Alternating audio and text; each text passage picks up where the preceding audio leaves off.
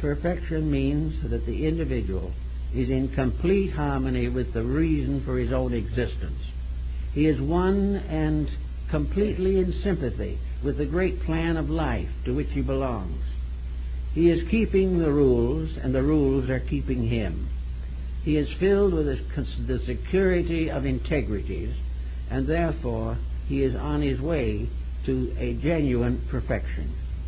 When he gets to the point where he is perfect, he will be like the Kobodaichi's dragon. He will not be any longer struggling and wandering and wondering and fighting. The perfections of things are that the individual, having outgrown this world by solid growth, will proceed to other worlds that are better, but he'll keep right on growing to degrees and qualities we don't even believe to be conceivable. The human being is just something in the making. To us, he's a human being in the making and not doing it too fast. But beyond this, there's a lot more. The human being is potential universe. Everything that exists in space is there with him. Every growth and conceivable in the vast universal pattern of things will unfold as a great pattern for the unfoldment of human life and all other life that exists in our universe. We are all gradually moving towards perfection. And in that perfection, when we gain it, we will have perfected this kind of life. We will have outgrown the shadows and sorrows of mortal existence. We will have achieved the fullness of the potentials that we possess. And having done this, we will graduate with honors. We will no longer be dropouts. The average today person would like to be a dropout from this troubled world. But there's only one way to get out, be a dropout successfully, and that is to grow above the problem. Never to cast it aside, never to try to escape realities. The individual who tries to escape a reality simply falls into unreality himself. So in due time, we are going to be pretty good people, but we have a way to go. A lot of people realize this, and they're trying very hard. And the more the world around us becomes difficult, the greater the probability that the world within us will unfold and strengthen us. There is already a considerable group working in the world with a sincere purpose of trying to make this a better place. They belong to all kinds of groups and organizations, or they are separate individuals. But what they really are is individuals who have begun to think through the causes of their own troubles. They are individuals who have awakened to the fact that just drifting along is going to lead only to further confusion and later embodiments with no problem solved. The Oriental thinker, of course, has another dimension to consider. He is concerned with the next time around. Most people in the West don't believe in the next time around. But they might as well, because either that or its equivalent is somewhere waiting for them. But whether it's this next time around or no time around, because of the immediate punishment for misdeeds, which we no longer really take seriously, the problem remains that we have to live with ourselves until we can do it joyously.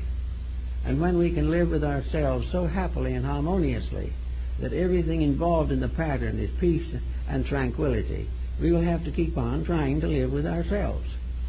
So we go out of here perhaps with a little achievement, something a little more than we came in with, and we struggle on to another embodiment. And here we come back with all the unfinished business that we tried to avoid or evade in our previous embodiment. So what do? We simply land in a more difficult position than we expect or hoped we would land in. This is simply because we have made no plans for a better re-embodiment. If we really believed it, we begin living better right here and now, so that we wouldn't have to face all this difficulty and debility that lies ahead. The selfish individual who dies selfish will be reborn selfish, and it will keep on like that until selfishness dies in him. And every conceivable problem will present him with new opportunities to get over this selfishness. But he may fight on for another 10 embodiments before he takes advantage of the truth of the matter. So everywhere in this problemed world, we have to realize that there's no proof, no satisfactory evidence that getting out of here is going to solve anything. We do not have any reality of the idea that our sins will disappear with our flesh. They didn't begin with the flesh, and they won't end there. Our flesh was perfectly reasonable, perfectly simple flesh, a body to help us to live.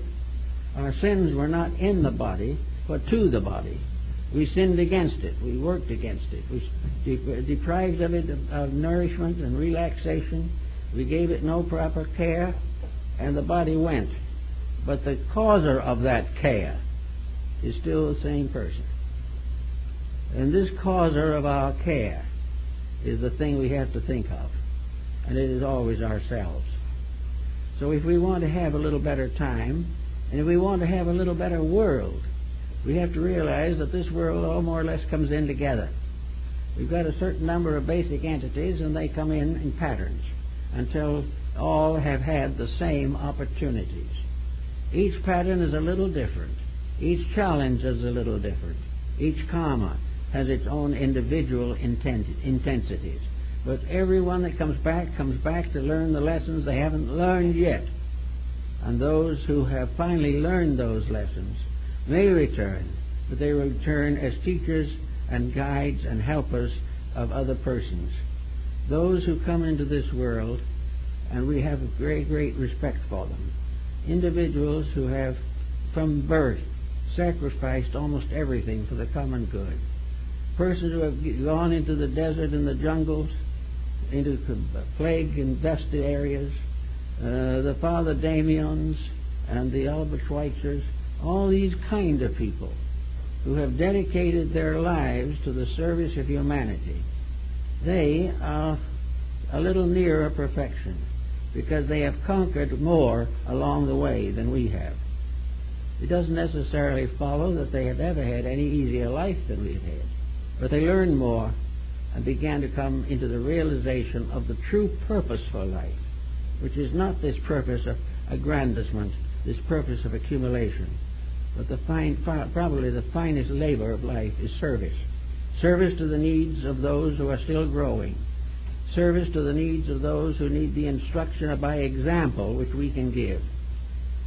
The service that will put persons into responsibilities where they can guide the lesser along the way. In the wisdom cycle of things, those who have learned become the parents who must guide the children who have not yet matured that completely. So all the way along there is a pattern and a law behind everything. And this law is something that in itself is not cruel. There's nothing unkind about it. It's really all most kind thing in the world. It is simply a simple fact that we are creatures that depend upon a universal pattern for our own survival. Our breath, our food, our air, the water we drink, the plant, the vegetation that fills this planet. Everything is part of a great lawful scheme, something that is so tremendous and incredible that we can't even imagine it in its real substance. But all of these things are part of one vast totality, and man is one of the fragments of this totality. He is part of it. If he stays with it and keeps its rules, he has security. If he turns upon it to exploit it and destroy it, he destroys not his locality but himself. We are assured that the individual who really wants to grow can do so, that nothing can stop growth except the failure of the determination within the person. We are not the victims of the strength of obstacles. We are victims of the weakness in ourselves. And to realize this is to help us to build a more useful and more perfect life in the future. So if perfection is hard to come by, it is still the most desirable thing in the world. And how shall we know it? Well, probably the most perfect answer we have to that is that perfection in ourselves gives us the power the strength of internal to enable us to recognize the infinite perfection in all things. The moment we become perfect in ourselves, we behold a perfect universe. And being in a perfect universe, we live accordingly. While we are not perfected in ourselves, we see as through a glass darkly, and with our imperfect vision behold the tragedies that have resulted from our own mistakes. But that which is perfect, as we must ultimately become, is that in which truth is sovereign. Reality is accepted without question, and each individual is doing that which was his original purpose in existence. Therefore, we are all growing towards a divinity that is not only ruling all things, but a divinity that is ruling us from within ourselves. The more we evolve, the more we unfold our potentials, the more that which is eternal within ourselves achieves victory over the temporal. It is the God in us, the Christ in us, that is the hope of glory. And the release of that power must come through the disciplining of the nature. The mind must be rectified. The emotions must be purified.